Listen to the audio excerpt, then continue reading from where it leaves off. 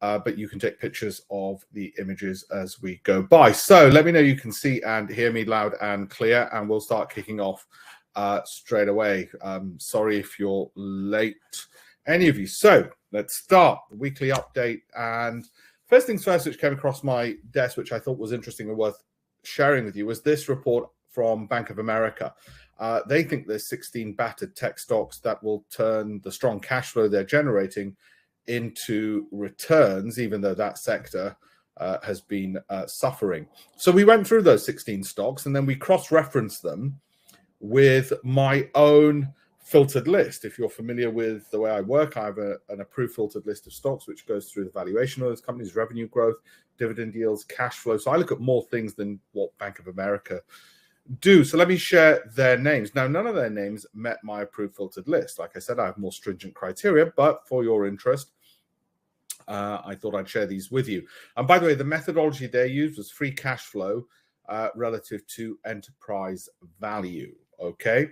And they're looking for the largest free cash flow compared to the value of, or the enterprise value of the company. Enterprise value, relatively complicated accounting measurement, but it's liked by some people.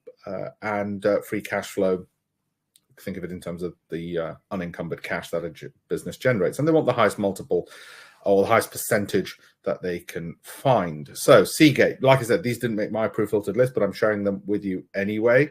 Micron, Cisco, Qualcomm, Lam Research. I've owned Lam Research and Cisco in the past. They were on my approved list previously, and I hold things which are on my approved list for 12 months, even if they, in the subsequent month or two, might drop out, just so you know the approach, because we don't trade our investments. Once they're on the list, they're purchased for 12 months and held for 12 months unless they drop 25% from the peak. Teradyne I've owned in the past as well. Okay, so Meta I've owned in the past, and I've spoken about this separately on my various social media, on my LinkedIn. And actually today on LinkedIn, I put up an update on Meta and where I think the directions are going. Okay, Global Payments, F5, Gartner, Accenture, EPAM, Advanced Micro, that I've owned in the past as well. Okay, none of those were on my approved filtered list, but they were on Bank of America. So I just wanted to share those with you. Now, what you can see here, and I wanted to again share this with you, is the price earnings ratio of some of the big companies, the ones you're familiar with. And of course, green is good. Lower the price earnings ratio, the lower the valuation of a company, the more attractive it should be, all other things being equal. But we don't just want to look at valuation alone, of course. There are other factors such as momentum. But I want to share with you, Amazon comes up. A few others have come up on the banking sector, on insurance, asset management. That in and of itself doesn't necessarily mean much. And you can still see there's some on the tech side of things as well that have, on the oil and gas and energy side of things, which have come up as well. Well, what other factors might we want to look at? We might want to look at momentum. How are things performing? And once again, you can see energy. And actually, what I want are things which are green in each of these charts. So I want the valuation to be low, and I want momentum to be strong. So this is their weekly performance, and the energy stock keep going up. Okay, but I still need them to be undervalued, and they're not too overvalued either. And this is another measurement of valuation, which shows greater attraction for that sector, and the stocks named in them is price earnings growth, and you want that to be below 1. So it's a measure of the price of a company relative to the rate at which its earnings or profits are growing. And earnings and profits are interchangeable words.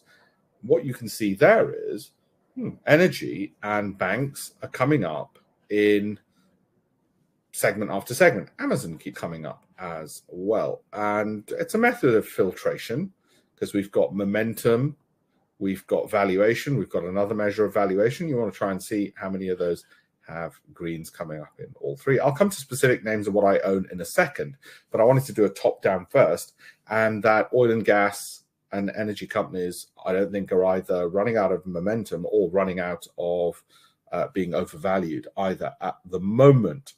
Okay. So let's have a look going forward.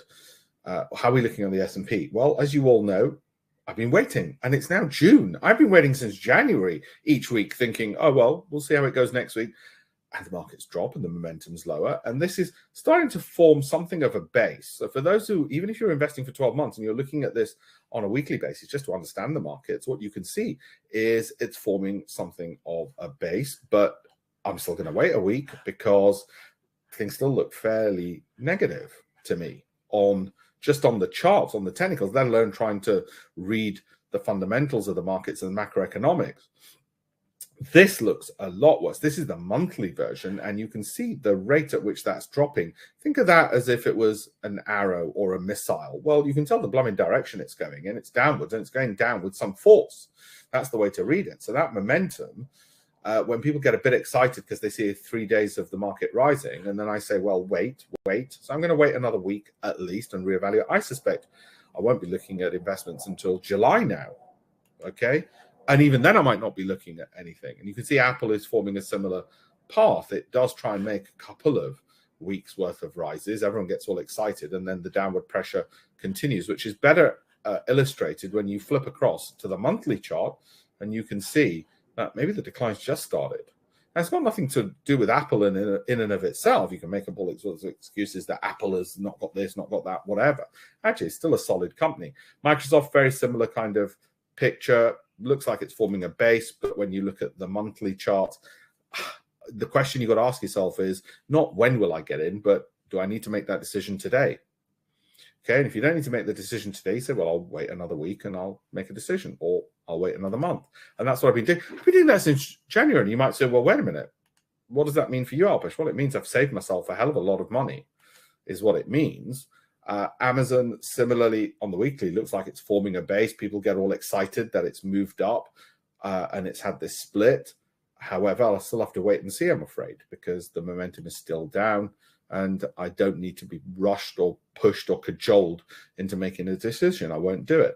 Similarly with Meta, they get all excited as if the bus is, or the train is leaving the station. Well, let's just wait another week and see what happens. And that's where you want to watch these weekly updates. Even if you're looking to invest for 12 months, let's just wait another week and see what happens. Costco, I've liked in the past. I had to get out because, look, we got out. I can't remember whether it was a 10% gain or 25% gain. Anyway, we got out of it. It was in my son's ISA because it dropped from the peak. And when it dropped 25% from the peak, I had to get out because those are my rules. And it looks like I'm not going to get back in yet, because on the monthly, it still looks like it's flattening to maybe even falling further. PayPal, famously one that I like, and it's dropped a lot further than I thought it would, but I still like it, and I think it's a good one for the future. And we're at multi-year lows. Am I getting in yet? Nope. Am I going to buy some more yet? Nope, not yet. This might be a leader of what's going to happen to some of the other tech companies, because this has fallen further than some of the others, and the others might catch up and follow this a lot lower.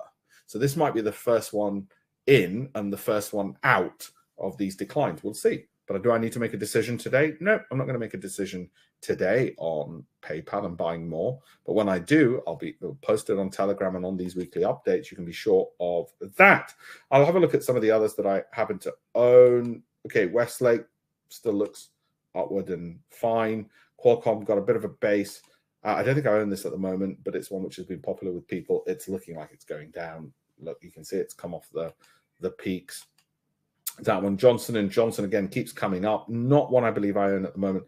Keeps coming up a lot on a lot of the analysts, a lot of the hedge funds, people looking for safety, particularly the big institutions. But I can see here it's just going sideways at the moment. So would I look to get into it now? Not right now. Qatar Energy, I do own, and it's been doing okay. It's been doing okay. I wish I bought it 6 months ago, 8 months ago, 10 months ago, but I hadn't. It only came in the last 2 or 3 months, and it's already gone up about 15%, if not more. Similarly, Halliburton I own, and there's been that tactical shift from technology to energy. Now, if you asked me 12 months ago, would you be buying a load of energy stocks? 12 months ago, I'd have said, no, not really. Why would I look at energy? Why would I give it any special tactical benefit? Nope. Would you be getting out of tech stocks? If you asked me 12 months ago, I said, no, why would I look at like I'm getting out of tech? What happened? The tech dropped 25% from their peaks. I had to get out of them. And then the oil companies, the valuations and the revenue growth and the everything else look fantastic. The profits suddenly look great. Not for you as a consumer, but they look great for the bloody companies.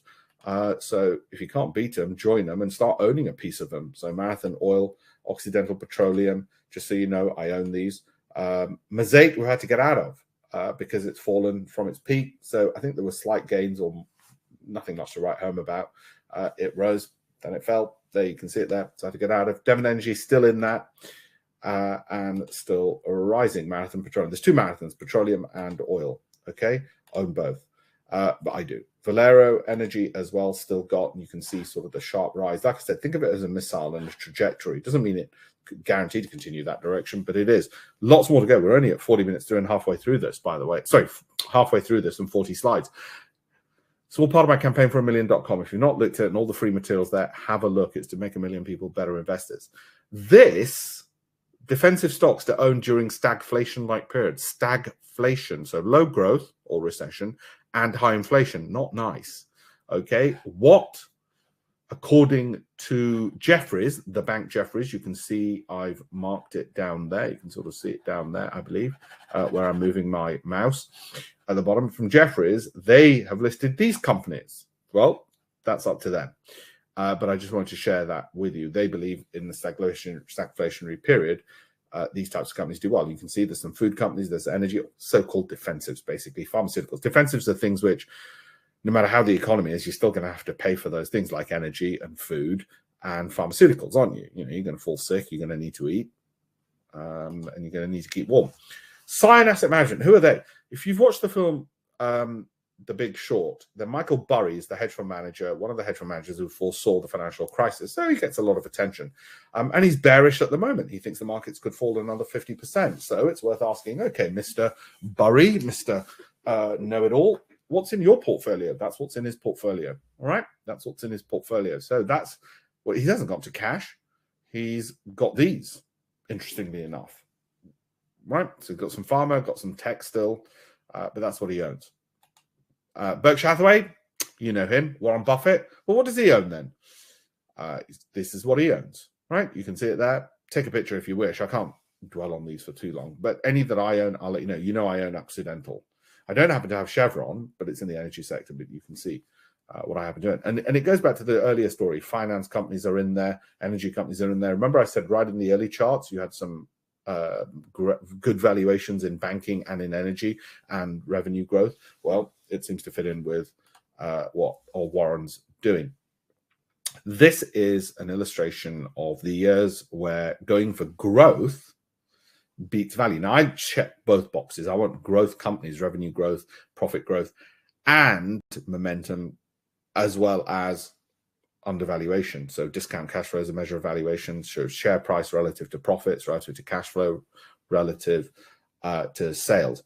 And generally, what this is showing is the years where value beats growth, it's in the upper half, and where growth beats value in the lower half. Okay, it's just out of interest.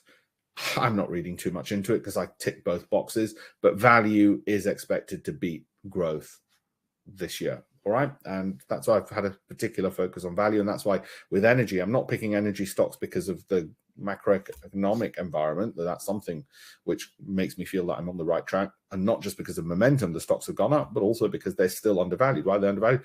Bloody hell, have you seen the price of oil? That stuff still only costs about $10 to dig out of the ground.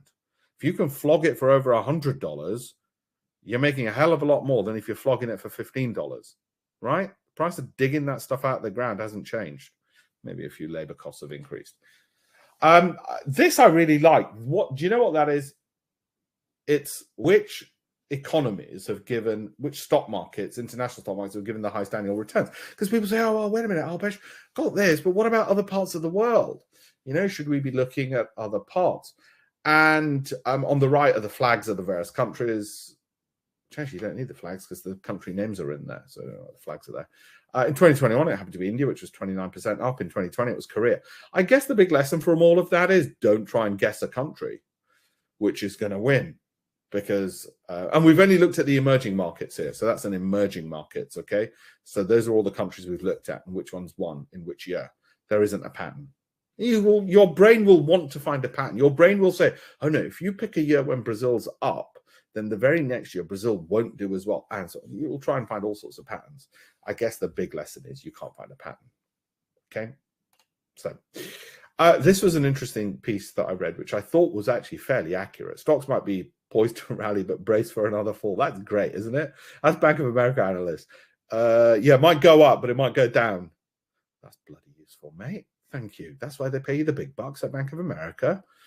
It really, this is what they do. They are so much sitting on the fence that they're pulling out splinters from their behinds. Anyway, once the S&P 500 is full, I should get out for a look, short the market, because the Fed. I just wanted to show that sometimes things can sound really clever, but really.